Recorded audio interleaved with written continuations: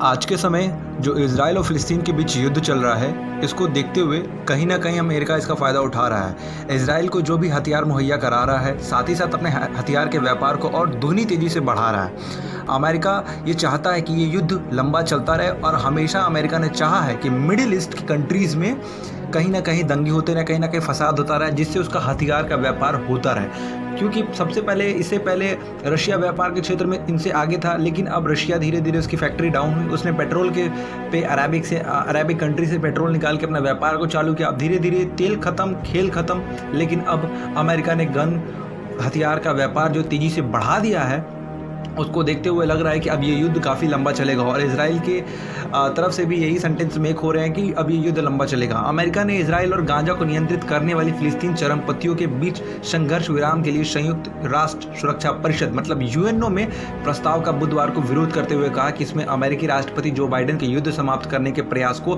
बाधित हो सकते हैं। फ्रांस ने इस प्रस्ताव का मसौदा तैयार किया है। इससे पहले अमेरिका 4 बार यूएनओ में प्रस्ताव जारी करने के प्रयास उक्त कारण देते हुए विफल कर चुका है। मतलब उसको अनडिक्लेयर्ड कर दिया कि नहीं, ऐसा नहीं हो सकता। अमेरिका सपोर्ट कर रहा है इजराइल का, क्योंकि इजराइल को वो ये सेंटेंस मेक कर रहा है यूएनओ में कि हम आतंकवाद और जो सामने से हमले हो रहे हैं उसको रोकने के लिए हम हर सिचुएशन पे जा सकते हैं। अमेरिका की तरफ से सेंटेंस वीट हुए हैं। राजनयिकों ने बताया कि सभी अन्य सदस्यों द्वारा जो बयान समर्थन में दिए गए हैं उसको देखते हुए प्रेस में बयान जारी करने के लिए सभी 15 देशों की सहमति की आवश्यकता होती है, लेकिन प्रस्ताव के लिए कम से कम 9 सदस्यों की हाँ में आंसर गिव अप होना चाहिए। अमेरिका या अन्य 4 सदस्यीय देश द्वारा वीटो का इस्तेमाल भी किया जा सकता है। 5 देश हैं जिनको वीटो पावर उपलब्ध है।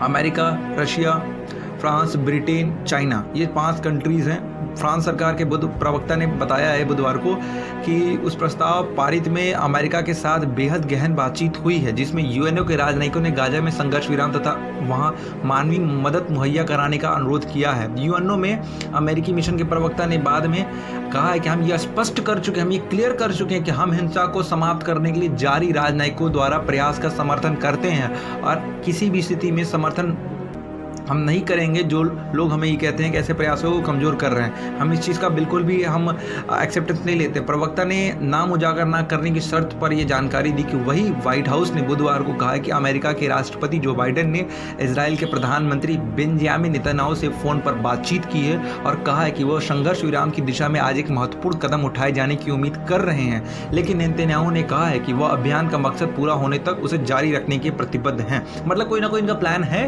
इनका गोल सेट है कि हम यहाँ पे जाके अपने आप को सेटअप करेंगे। यह स्पष्ट नहीं है कि फ्रांस इस प्रस्तावित मसौदे को परिषद के सदस्यों को कब देगा या इस पर मतदान कब होगा। इसके जवाब में अमेरिका वीटो का इस्तेमाल कर सकता है। ऑफ कोर्स करेगा, क्योंकि वो इजराइल को और सपोर्ट देना चाहता है। इजराइल और फिलिस्तीन के बीच बीते 10 दिनों से चल रही भीषण लड़ाई बुधवार को भी जारी रही। इजराइल ने बुधवार को गाजा पर हवाई हमले जारी रखे हैं, जबकि फिलिस्तीन उग्रवादियों ने भी इजराइल पर दिन भर रॉकेट दागे। लेबनान से भी उत्तरी इजराइल में रॉकेट दागे गए हैं। ये बहुत बड़ी कहीं ना कहीं अमेरिका की सपोर्ट के बल पे इजरायली कर रहे हैं। आपकी क्या राय है, हमें कमेंट करके ज़रूर बताएं। आई होप आप मेरी बात को समझे होंगे। कोविड का दौर चल रहा है, प्लीज़ सेफ रहिए, सुरक्षित रहिए, अच्छे से रहिए। मिलते हैं नेक्स्ट वीडियो में, तब तक के लिए जय हिंद।